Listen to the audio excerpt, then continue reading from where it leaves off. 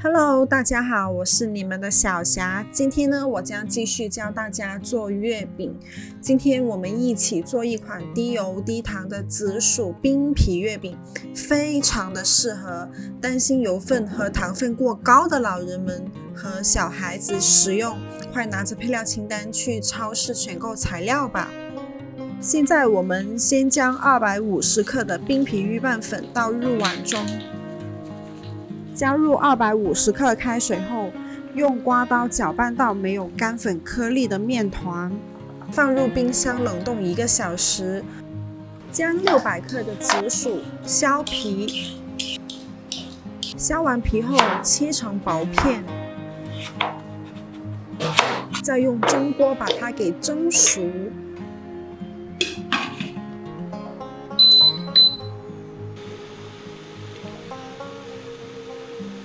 把蒸熟后的紫薯放到破壁机里面，打成紫薯泥就可以了。准备一个平底不粘锅，倒入100克的糯米粉，中小火炒熟。看到糯米粉微微发黄的时候，就说明它已经炒熟了。再准备一个平底不粘锅，放入刚才破壁好的紫薯泥，翻炒2到3分钟。加入2勺的玉米油，1勺麦芽糖。小霞今天主打的是低油低糖的月饼，所以喜欢吃甜一点的朋友们可以加多一点的白砂糖，或者是麦芽糖、红糖也可以。小火翻炒均匀，直至炒成抱团的形状，我们就可以关火。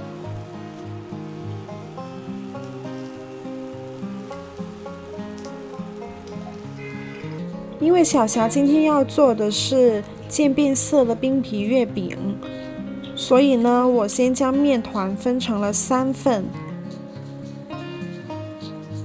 用自己喜欢的果蔬粉分别调成了深色、浅色还有无色。调完色之后，将面团揉成条，分成30克每个的面团小剂子，再揉圆，备用就好啦。将紫薯馅揉成等份的小剂子，75克的月饼模具可以称45克的馅。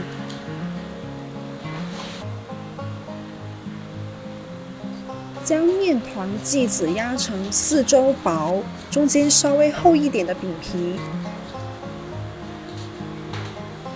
然后包入紫薯馅，用虎口慢慢的包圆，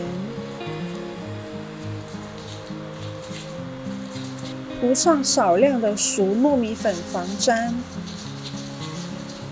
最后用您喜欢的模具压制成型就可以啦。下面是我今天做的玫瑰花形的紫薯冰皮月饼，大家也来试试吧。